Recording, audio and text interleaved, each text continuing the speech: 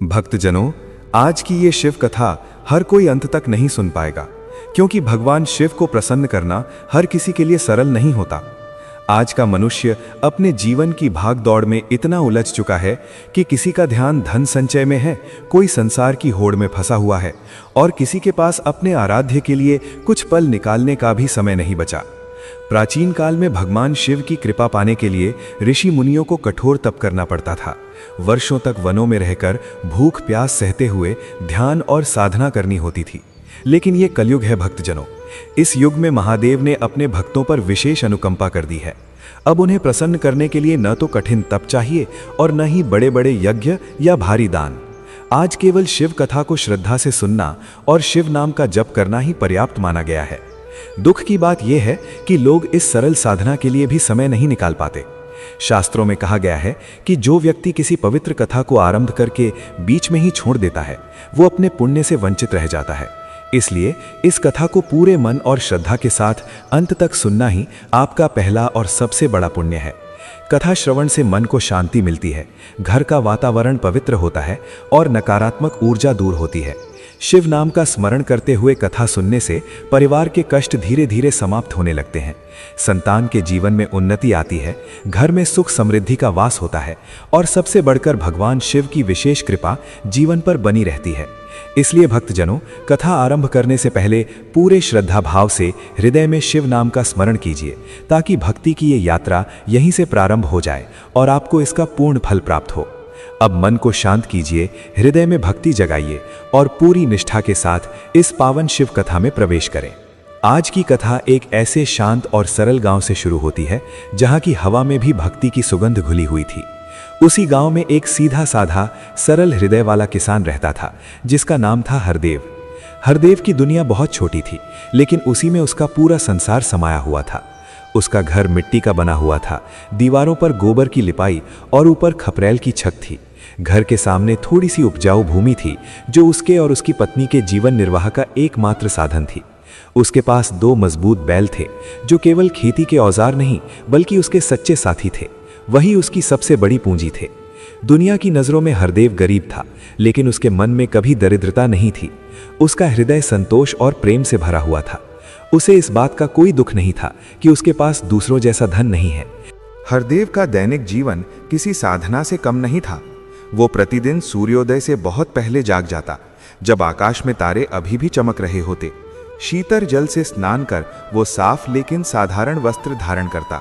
उसका दिन खेत या घरेलू कार्यों से नहीं बल्कि भक्ति से आरंभ होता था। वो गांव के प्राचीन शिव मंदिर अवश्य जाता, जो एक विशाल बरगद के पेड़ की छाया में स्थित था। मंदिर की दीवारें समय के साथ पुरानी हो चुकी थीं, उन पर हरियाली की परत चढ़ गई थी, फिर भी वहां एक दिव्य शांति का अनुभव होता था। मंदिर पहुंचकर हरदेव तांबे के लोटे से धीरे धीरे शिवलिंग पर जल अर्पित करता। वो कभी भगवान शिव से बड़ी इच्छाएं नहीं मांगता था, न धन और वैभव की कामना करता था। उसका विश्वास था कि सच्ची भक्ति मांगने से नहीं बल्कि समर्पण से जन्म लेती है। जल अर्पित करने के बाद वो हाथ जोड़कर केवल इतना ही प्रार्थना करता, हे भोलेनाथ, मुझे धन नहीं चाहिए, बस इतना सामर्थ्य देना कि मैं ईमानदारी से परिश्रम कर सकूं और अपनी पत्नी का पालन कर सकूं। साथ ही जो थोड़ा सा जीवन और साधन आपने दिए हैं, उनमें संतोष बनाए रखने की बुद्धि देना। यही हरदेव की निष्काम भक्ति थी, निस्वार्थ और पूर्ण समर्पण से भरी हुई। वो जानता था कि उसका कर्तव्य केवल कर्म करना है, उसके फल का निर्णय तो देवाधिदेव महादेव के हाथ में है। अब तक उसका जीवन शांत और सरल बहता रहा था, जैसे किसी नदी की धीमी धारा। लेकिन जीवन की हर नदी को सागर तक पहुंचने से पहले चट्टानों से टकराना ही पड़ता है, और हरदेव की इस शांत भक्ति की भी परीक्षा शीघ्र ही शुरू होने वाली थी। हरदेव के जीवन का दूसरा सशक्त आधार उसकी पत्नी कमला थी। कमला भी अपने पति की तरह ही शांत, सरल और गहरी श्रद्धा से भरी हुई स्त्री थी।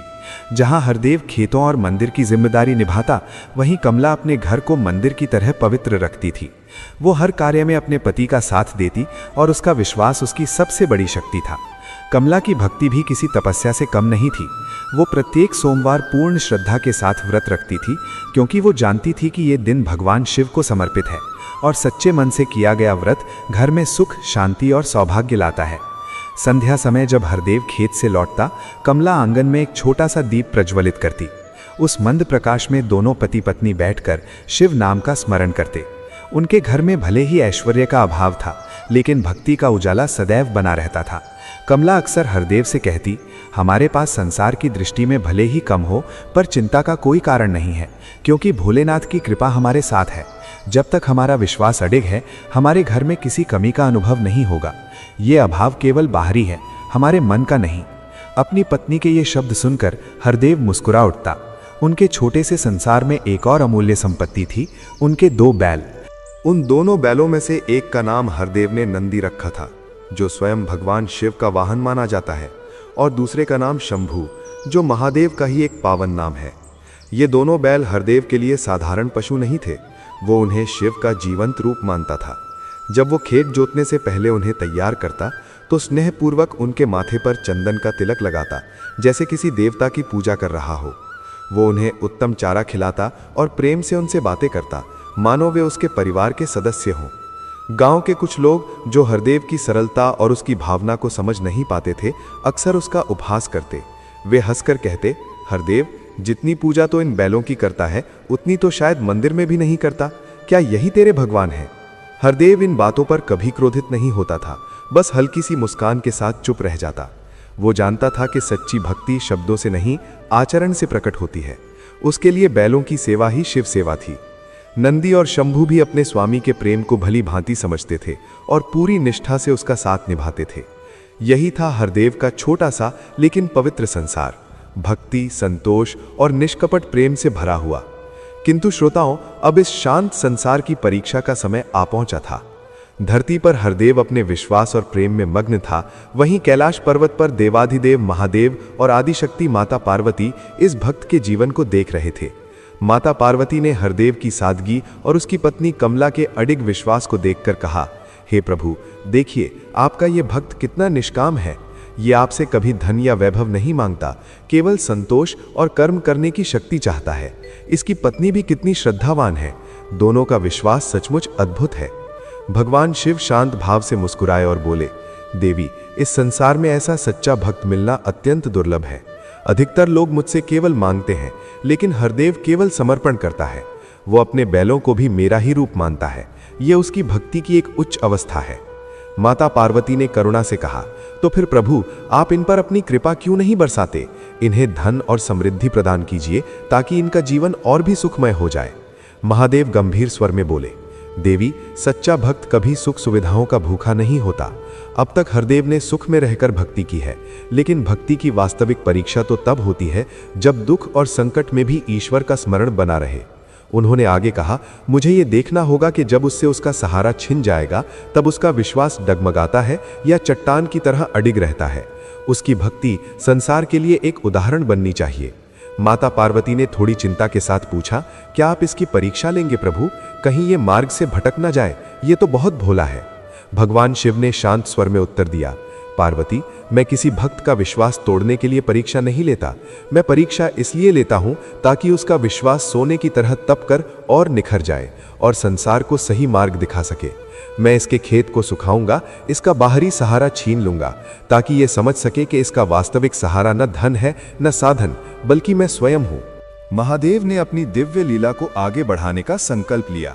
उनके विधान में अब यह निश्चित हो चुका था कि हरदेव के जीवन में कठोर परीक्षा का समय आने वाला है। यह केवल हरदेव की आस्था की परीक्षा नहीं थी, बल्कि उसकी पत्नी कमला के अडिग विश्वास को भी परखा जाना था। और इस प्रकार भगवान शिव की लीला आरंभ हुई। कुछ ही सप्ताहों में गांव का मौसम अचानक बदलने लगा। वर्षा का समय आ चुका था और सभी किसान रोज आकाश की ओर आशा भरी निगाहों से देखने लगे थे। बादल आते, घिरते, गरजते भी थे, लेकिन बिना बरसे ही लौट जाते। धीरे धीरे पूरे गांव में चिंता और भय का माहौल फैल गया। हर किसान अपने अपने आराध्य से वर्षा की प्रार्थना करने लगा। हरदेव ने भी कमला के साथ मिलकर शिवलिंग पर जल अर्पित किया और पूरे मन से बारिश की कामना की। प्रार्थना के साथ साथ हरदेव ने अपनी मेहनत भी दोगुनी कर दी। वो सुबह और शाम अपने प्रिय बैलों नंदी और शंभू के साथ खेत जाता, दूर से पानी लाकर अपनी छोटी सी भूमि को सींचने का प्रयास करता। लेकिन प्रकृति की कठोरता उसके सामने अडिग थी। धीरे धीरे उसकी खेती सूखने लगी। जो मिट्टी कभी नम और उपजाऊ थी, उसमें गहरी दरारें पड़ गईं। हरी भरी फसलें पीली पड़ने लगी और उनके पत्ते मुरझा गए। हरदेव ने अपनी पूरी शक्ति झोंक दी, लेकिन पानी की कमी ने उसकी सारी कोशिशों को निष्फल कर दिया। घर में बैठी कमला अपने पति की मेहनत को यूं व्यर्थ जाते देख भीतर ही भीतर टूटने लगी। एक संध्या जब हरदेव थका और निराश मन से खेत से लौटा तो कमला ने भारी मन से कहा, स्वामी, मैंने सब देखा। आपने जी जान से मेहनत की, पर खेत ने साथ नहीं दिया। फसल सूख गई है। अब आगे हमारा जीवन कैसे चलेगा? आने वाले दिनों में हम क्या खाएंगे? कमला की चिंता स्वाभाविक थी, क्योंकि उनका पूरा जीवन उसी फसल पर निर्भर था। हरदेव ने गहरी सांस ली। उसका मन भी दुखी था, लेकिन उसके चेहरे पर फिर भी एक विचित्र शांति झलक रही थी। उसने अपने माथे से पसीना पोंछा, कमला का हाथ थामा और कोमल स्वर में बोला, कमला, मन को शांत रखो। मैंने तुमसे पहले भी कहा था, मेहनत करना हमारा कर्तव्य था और वो हमने निभाया। फल देना महादेव के हाथ में है। यदि इस बार उन्होंने हमें फल नहीं दिया तो अवश्य इसके पीछे कोई बड़ा कारण होगा। उसने आगे कहा, जिस दिन हम शिकायत करने लगेंगे उस दिन हम भक्त नहीं रहेंगे। आज भी हम जीवित हैं, हमारे हाथ पैर स्वस्थ हैं और हमारे पास शिव का नाम है। यही हमारी सबसे बड़ी पूंजी है। हमें इसी में संतोष रखना चाहिए। संभव है भोलेनाथ हमें किसी और बड़ी जिम्मेदारी के लिए तैयार कर रहे हों। हरदेव ने अपनी बातों से कमला को ढाढ़स बंधाया, लेकिन वो ये नहीं जानता था कि ये तो परीक्षा की केवल पहली सीढ़ी थी। इससे भी बड़ी विपत्ति अब उसके जीवन की ओर बढ़ रही थी, जो उसके विश्वास की अंतिम कसौटी बनने वाली थी। कथा आगे बढ़ती है। खेत पूरी तरह सूख चुका था और आर्थिक संकट ने घर की चौखट पर दस्तक दे दी थी। फिर भी ये अंत नहीं था। हरदेव के दोनों प्रिय बैल नंदी और शंभू, जो प्रतिदिन रात में शांति से अपने बाड़े में बंधे रहते थे, अचानक रहस्यमयी ढंग से गायब हो गए। रात गहरी थी, लेकिन किसी को कोई आहट तक सुनाई नहीं दी। नंदी और शंभू स्वभाव से बेहद शांत थे और कभी भी बाड़े से निकलने की आदत नहीं थी। जब सुबह हरदेव उन्हें पानी पिलाने बाड़े में पहुंचा तो उसका हृदय जैसे थम सा गया। बाड़ा पूरी तरह खाली था। न रस्सियां टूटी हुई थीं और न ही दरवाजे में कोई खराबी थी। फिर भी बैल वहां नहीं थे। एक पल के लिए हरदेव को लगा कि शायद कोई भ्रम हो रहा है या कोई मजाक कर गया है। वो दौड़ता हुआ खेत की ओर गया, फिर पूरे गांव में इधर उधर खोजता फिरा। उसने जमीन पर उनके खुरों के निशान ढूंढने की कोशिश की, लेकिन कहीं कुछ भी दिखाई नहीं दिया। ऐसा प्रतीत हो रहा था मानो दोनों बैल धरती से नहीं बल्कि हवा में विलीन हो गए हों। हरदेव का सिर घूमने लगा। वे बैल उसके लिए सिर्फ खेती का साधन नहीं थे, बल्कि उसके परिवार का हिस्सा और शिव के जीवंत स्वरूप थे। उनके बिना खेती की कल्पना भी उसके लिए असंभव थी। जब कमला बाहर आई और उसने बाड़े को सूना देखा तो उसके मुख से एक चीख निकल पड़ी। हरदेव ने गांव के हर कोने में खोज की। जैसे ही गांव वालों को यह पता चला कि हरदेव के बैल नंदी और शंभू लापता हो गए हैं, तरह तरह की बातें फैलने लगीं। खबर आग की तरह पूरे गांव में फैल गई कि बैल रहस्यमय ढंग से गायब हो गए हैं। इस गांव में जहां कुछ लोग हरदेव की सादगी और सरलता का सम्मान करते थे, वहीं कई ऐसे भी थे जो उसकी भक्ति का मजाक उड़ाते थे। अब जब उस पर एक के बाद एक संकट टूट पड़ा तो लोगों की जुबान और तेज हो गई। कटु स्वर में बातें होने लगीं। इतनी पूजा करता था बैलों की जैसे वही उसके भगवान हो। अब देख लिया भक्ति का फल। भगवान ने ही उसकी साधना का उपहास कर दिया। भगवान तो अमीरों की सुनते हैं जो बड़े दान पुण्य करते हैं। इस गरीब की पुकार कौन सुनेगा? पहले खेत सूखा और अब बैल भी चले गए। अब ये क्या करेगा? इन कठोर वचनों ने हरदेव के मन को और अधिक आहत कर दिया। वो जानता था कि लोग उसकी आस्था का उपहास कर रहे हैं, लेकिन उससे भी अधिक पीड़ा कमला को हुई। उसका मन इस दोहरी विपत्ति से टूटने लगा। उसने रोती हुई आंखों से हरदेव की ओर देखा और बोली, स्वामी, अब तो सब कुछ छिन गया। न खेत बचा और न हमारे जीवन का सहारा नंदी और शंभू। अब हम कैसे जिएंगे? मैंने व्रत किए, नाम जपा, फिर भी क्या हमारी भक्ति में कोई कमी रह गई जो भोलेनाथ ने हमें इस हाल में छोड़ दिया? कमला की आंखों में अब केवल आंसू ही नहीं बल्कि गहरा अविश्वास और पीड़ा झलक रही थी। उसका वर्षों का अडिग विश्वास इस घड़ी में डगमगाने लगा। उसे लगने लगा कि शायद सच में भगवान ने उनका साथ छोड़ दिया है। हरदेव ने अपनी पत्नी के भीतर टूटते हुए विश्वास को देखा। यह दृश्य उसके लिए किसी भी संकट से अधिक कष्टदायक था। वो जानता था कि यदि कमला की आस्था टूट गई तो उनका सब कुछ नष्ट हो जाएगा। हरदेव की आंखें भी नम हो उठीं, लेकिन उसने स्वयं को संभाला। आंसू पोंछते हुए उसने मन को स्थिर किया और शांत किंतु दृढ़ स्वर में कमला से बोलने के लिए स्वयं को तैयार किया। कमला, शांत हो जाओ। यदि भोलेनाथ ने हमसे कुछ छीना है तो निश्चय ही उसके पीछे कोई उद्देश्य होगा। संभव है वो हमें ये समझाना चाहते हों कि हमारा सहारा केवल साधनों पर नहीं बल्कि स्वयं उन्हीं पर होना चाहिए। हमें शिकायत का मार्ग नहीं अपनाना चाहिए, क्योंकि जो शिकायत करता है वो ईश्वर की कृपा से वंचित रह जाता है। ये कहते हुए हरदेव ने अपनी पत्नी को अपने आलिंगन में ले लिया। उसी क्षण उसने निश्चय कर लिया कि इस कठिन घड़ी का सामना वो प्रश्नों और आरोपों से नहीं बल्कि पूर्ण समर्पण से करेगा। उस संध्या हरदेव और कमला दोनों ही भारी मन से गांव के शिव मंदिर पहुंचे। मंदिर के भीतर एक गहन निस्तब्धता व्याप्त थी। गांव के लोग अपनी अपनी व्यथाओं में उलझे थे और किसी का ध्यान उनकी ओर नहीं गया। भीतर केवल एक दीपक जल रहा था, जिसकी कांपती लौ मानो हरदेव के डगमगाते विश्वास का प्रतिबिंब थी। कमला चुपचाप मंदिर के एक कोने में बैठ गई। उसकी आंखों से अश्रुधारा बह रही थी, लेकिन उसके होंठ मौन थे। उस क्षण न वो प्रार्थना कर पा रही थी और न ही कोई शिकायत कर रही थी। वो बस अपने दुख को स्वीकार कर रही थी। हरदेव शिवलिंग के सम्मुख खड़ा हुआ। उसने जल अर्पित नहीं किया, क्योंकि उसे लगा कि उसका हृदय अभी पीड़ा से भरा है और ऐसी अवस्था में जल अर्पण उचित नहीं होगा। उसने दोनों हाथ जोड़कर गहरे भाव से अपने अंतर्मन की बात कही। भारी स्वर में उसने कहा, हे भोलेनाथ, हे त्रिलोकीनाथ, मुझे पूर्ण विश्वास है कि आप मेरे साथ हैं। मेरी आस्था कपटपूर्ण नहीं है। मेरा खेत सूख गया। मेरे प्रिय बैल नंदी और शंभू भी मुझसे दूर हो गए। मेरे पास अब कुछ भी शेष नहीं रहा। फिर भी मेरा विश्वास जीवित है, क्योंकि मुझे ज्ञात है कि ये सब आपकी ही इच्छा से घटित हुआ है। उसकी आंखें नम हो उठीं, किंतु स्वर में दृढ़ता बनी रही।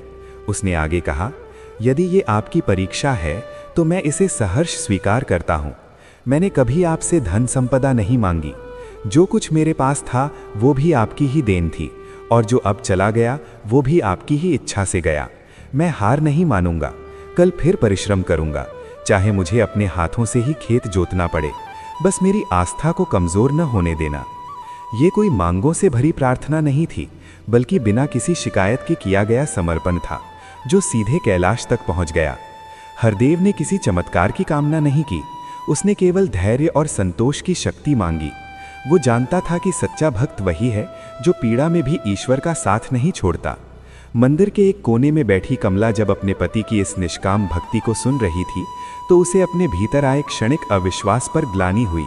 उसने धीरे से होंठ हिलाए और मौन में ही शिव नाम का स्मरण करने लगी। कैलाश पर्वत पर यह दृश्य देखकर माता पार्वती का हृदय पुनः करुणा से भर उठा। उन्होंने कहा, हे प्रभु, देखिए, हरदेव ने अपने जीवन का सहारा भी खो दिया है। उसका दुख गहन है, फिर भी वो आपसे कोई शिकायत नहीं कर रहा। ये परीक्षा अत्यंत कठोर हो गई है। अब तो उसका जीवन सचमुच एक बड़े संकट से घिर गया है। भगवान शिव ने स्नेह और गंभीरता से कहा, देवी, यही तो आस्था की वास्तविक डोर है। इस संसार में सब कुछ नश्वर है। धन, संपत्ति और संबंध भी समय के साथ बदल जाते हैं। केवल ईश्वर में विश्वास ही शाश्वत रहता है। मैंने उसके बैल इसलिए दूर किए ताकि उसे ये बोध हो सके कि उसका वास्तविक सहारा साधनों में नहीं बल्कि मुझ में है। देवी ने विनम्रता से पूछा, हे देवादिदेव, क्या वो इस कठिन परीक्षा में सफल हो पाया? क्या अब उसे उसकी भक्ति का फल नहीं मिलना चाहिए? महादेव ने शांत मुस्कान के साथ उत्तर दिया, वो पूर्ण रूप से सफल हुआ है। केवल भौतिक सहारा छिन जाने पर भी उसने मुझसे मुख नहीं मोड़ा। यही उसकी भक्ति की सबसे बड़ी विजय है। अब समय आ गया है कि मैं उसे ये अनुभव कराऊं कि मैं अपने भक्त को कभी एकाकी नहीं छोड़ता। जब संसार के सभी द्वार बंद हो जाते हैं, तब भी मेरा द्वार सदा खुला रहता है। देवी ने जिज्ञासा से पूछा, अब आगे कौन सी लीला होगी प्रभु?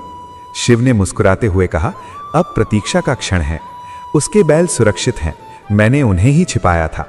मैं उन्हें वापस उसी समय लौटाऊंगा जब हरदेव को यह लगेगा कि उसके पास कुछ भी शेष नहीं रहा। ये चमत्कार उसके और कमला के विश्वास को जीवन भर के लिए और दृढ़ कर देगा। धरती पर उसी समय हरदेव और कमला रात का भोजन करके विश्राम की तैयारी कर रहे थे। उन्होंने बहुत अल्प आहार लिया था। कमला ने घर में मिट्टी का एक दीप प्रज्वलित किया और शांत भाव से देर तक शिव नाम का स्मरण करती रही। उसकी आंखों से अश्रु बह रहे थे, पर अब वे दुख के नहीं थे, वे पश्चाताप के थे, इस बात के कि एक क्षण के लिए ही सही उसका विश्वास डगमगा गया था। वो समझ चुकी थी कि अब उनके पास सबसे बड़ा धन उसके पति की अडिग श्रद्धा ही है। रात गहरी होती चली गई। पूरा गांव निस्तब्धता में डूब गया। केवल हरदेव के घर में जलता दीपक अंधकार को चीर रहा था। दोनों पति पत्नी अपने छोटे से शैया पर लेटे थे। हरदेव ने कमला को अपने पास सहेज कर रखा था। वे सो तो रहे थे, पर उनके मन में अनिश्चितता और प्रार्थना का संघर्ष चल रहा था। कमला अपने हृदय में बार बार यही दोहरा रही थी, हे भोलेनाथ, मेरे स्वामी का विश्वास सुरक्षित रखना, हमारे नंदी और शंभू को पुनः लौटा देना। उसी रात जब दोनों गहरी निद्रा में थे, शिव की दिव्य लीला प्रारंभ हुई। अचानक हरदेव के खेत के समीप स्थित बाड़े के पास एक अलौकिक स्पंदन फैल गया। नंदी और शंभू, जो अदृश्य हो गए थे, धीरे धीरे वहां प्रकट होने लगे। उनके शरीर पर न कोई घाव था, न ही किसी प्रकार का भय का चिन्ह। वे पूर्णतः स्वस्थ और शांत थे, जैसे किसी दिव्य स्थान से विश्राम कर लौटे हों। ये किसी मनुष्य की करतूत नहीं थी, ये स्वयं महादेव की माया थी, जिसने उन्हें समय भर के लिए दृष्टि से ओझल किया था। दोनों बैल शांत गति से अपने बाड़े के पास आकर खड़े हो गए। वे निश्चल और मौन थे, मानो अपने स्वामी के जागने की प्रतीक्षा कर रहे हों। तभी अगली भोर का सूर्य गांव पर अपनी स्वर्णिम किरणें बिखेरने लगा और हरदेव की नींद खुल गई। रात भर सोने के बाद भी हरदेव का मन बोझिल था। उसे भली भांति ज्ञात था कि आज उसके जीवन की सबसे कठिन परीक्षा सामने है। बैलों के बिना खेती कैसे आरंभ होगी, यही विचार उसे भीतर से कचोट रहा था। उदास भाव से वो उठा। उसके मन में सबसे पहले यही भाव आया कि भोलेनाथ के चरणों में जाकर शक्ति मांगे। वो घर का द्वार खोलकर बाहर निकला और अनायास ही बाड़े की ओर बढ़ गया। उसका मन इतना व्याकुल था कि वो खाली बाड़े को देखे बिना सीधे खेत की ओर जाने का विचार कर रहा था। लेकिन जैसे ही उसकी दृष्टि खेत के किनारे पड़ी, वो स्तब्ध रह गया। उसकी आंखें विस्मय से फैल गईं। सामने उसके दोनों बैल, नंदी और शंभू, पूरी तरह स्वस्थ, शांत और स्नेह से भरे खड़े थे। वे ऐसे प्रतीत हो रहे थे मानो कहीं गए ही ना हों। एक क्षण के लिए हरदेव को अपने नेत्रों पर विश्वास नहीं हुआ। उसने सोचा शायद ये कोई भ्रम है। उसने आंखें मली और फिर देखा, नहीं, वे सचमुच वहीं थे, उसके अपने नंदी और शंभू। उसकी प्रसन्नता की कोई सीमा न रही। वो दौड़ता हुआ उनके पास पहुंचा और दोनों को बाहों में भर लिया। बैलों ने भी अपने स्वामी का प्रेम पहचान लिया और स्नेह से अपनी गर्दन उसके कंधे पर टिका दी। उसी समय हरदेव की पुकार सुनकर कमला भी घर से दौड़ती हुई बाहर आई। जैसे ही उसकी नज़र बैलों पर पड़ी, वो भी अवाक रह गई। उसने भर्राई आवाज में कहा, स्वामी, नंदी और शंभू, ये कैसे संभव है? वे कहाँ चले गए थे? ये तो किसी चमत्कार से कम नहीं। उस क्षण कमला को पिछली रात की अपनी शंका और डगमगाए हुए विश्वास का स्मरण हुआ। उसके नेत्र भर आए। हरदेव और कमला दोनों की आंखों से अश्रु बहने लगे, पर अब वे पीड़ा के नहीं थे, वे आनंद और कृतज्ञता के आंसू थे। हरदेव भूमि पर बैठ गया और दोनों बैलों को अपने पास बिठा लिया। उसने अपनी पत्नी की ओर देखा और फिर आकाश की दिशा में हाथ जोड़कर शिव का स्मरण किया। हे भोलेनाथ, आपने मेरी परीक्षा ली और मेरे विश्वास की रक्षा की। यदि मैंने शिकायत की होती तो शायद आज ये सुख न मिलता। आपने मुझे ये सिखाया कि जब सब कुछ छिन जाता है, तब भी आप अपने भक्त को कभी नहीं छोड़ते। कमला भी वहीं भूमि पर बैठ गई और श्रद्धा से शिव नाम का जप करने लगी। अब उसके जप में संशय नहीं, केवल पूर्ण आस्था थी। उस दिन हरदेव और कमला ने यह समझ लिया कि सच्ची भक्ति में कष्ट भी आते हैं, कठिनाइयां भी आती हैं, पर जो विश्वास पर अडिग रहता है वो कभी रिक्त हाथ नहीं लौटता। ये घटना उनके लिए केवल बैलों की वापसी नहीं थी, बल्कि जीवन का एक नया अध्याय थी। इसने उनके विश्वास की डोर को सदा के लिए और दृढ़ कर दिया। अब उन्हें यह भली भांति ज्ञात हो गया था कि संसार में धन, खेत या साधन स्थायी नहीं है, स्थायी केवल भोलेनाथ का सहारा है। इसके बाद धीरे धीरे प्रकृति ने भी उन पर कृपा दिखाई। कुछ ही दिनों में गांव में अच्छी वर्षा हुई।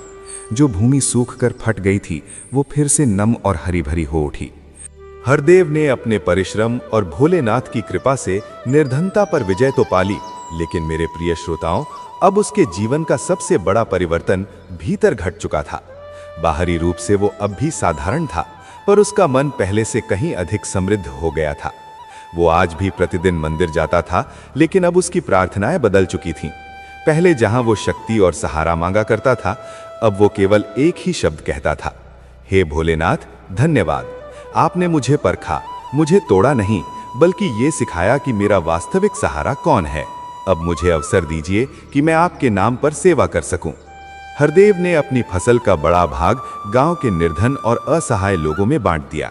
उसने ये निश्चय कर लिया कि उसका श्रम केवल अपने लिए नहीं बल्कि दूसरों के कल्याण के लिए भी होगा।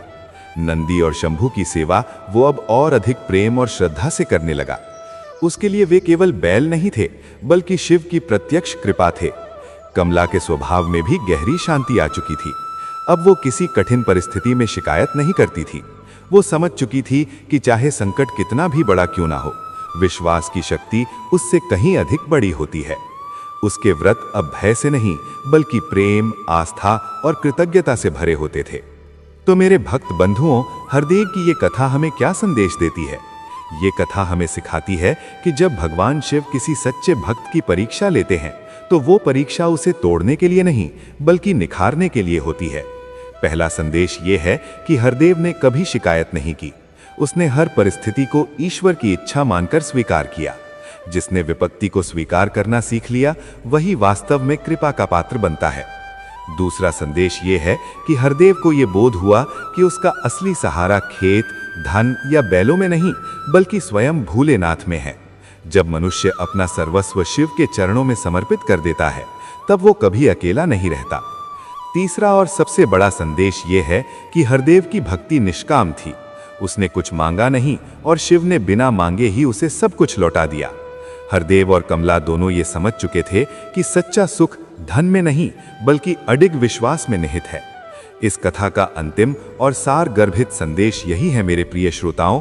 जीवन में जब भी संकट आए, जब भी लगे कि सब कुछ छिन गया है, उस समय शिकायत मत कीजिए। उस समय केवल आंखें बंद करके हृदय से इतना कहिए, हे भोलेनाथ, यदि ये आपकी इच्छा है तो मैं इसे स्वीकार करता हूं, पर मैं आपका साथ कभी नहीं छोड़ूंगा। और तब आप स्वयं अनुभव करेंगे कि देवों के देव महादेव किसी न किसी रूप में आपकी सहायता अवश्य करेंगे। आप भी हरदेव की भांति अपने हृदय में विश्वास की डोर को सदैव सुदृढ़ बनाए रखिए। भक्त बंधुओं, अब ये पवित्र शिव कथा अपने समापन की ओर अग्रसर है। आज की इस कथा से हमें एक अत्यंत गहरी और सत्य से जुड़ी हुई सीख प्राप्त होती है। भगवान शिव को प्रसन्न करने के लिए ना तो धन की आवश्यकता होती है, न दिखावे की और ना ही किसी बड़े आडंबर की। महादेव केवल निर्मल मन, निष्कपट भक्ति और नियमित रूप से किए गए नाम जप से ही संतुष्ट हो जाते हैं। जो भक्त प्रतिदिन एक बार भी पूर्ण श्रद्धा के साथ ओम नमः शिवाय का स्मरण करता है, जो कथा को विश्वास और भाव से सुनता है, जो किसी भूखे को भोजन कराता है और किसी दुखी का सहारा बनता है, उसके जीवन की पीड़ाओं को महादेव स्वयं धीरे धीरे हर लेते हैं। ये कथा हमें ये भी सिखाती है कि जीवन में आने वाली कठिनाइयां वास्तव में हमारी आस्था की परीक्षा होती हैं। जो भक्त इन परीक्षाओं में भी अपने ईश्वर का साथ नहीं छोड़ता, भोलेनाथ उसे कभी भी खाली हाथ नहीं लौटाते। अंत में मेरी हृदय से निकली हुई एक सच्ची प्रार्थना है, हे भोलेनाथ, जिस भी भक्त ने इस शिव कथा को श्रद्धा, विश्वास और पूर्ण मनोयोग से अंत तक सुना है, उसके जीवन से सभी दुख, कष्ट और बाधाएं दूर करें। उसके घर में सुख, शांति और समृद्धि का वास हो। उसकी संतान को दीर्घायु, स्वास्थ्य और उन्नति का आशीर्वाद प्राप्त हो। उस पर आपकी कृपा और संरक्षण सदैव बना रहे। हर हर महादेव। जय शिव शंभू। ओम।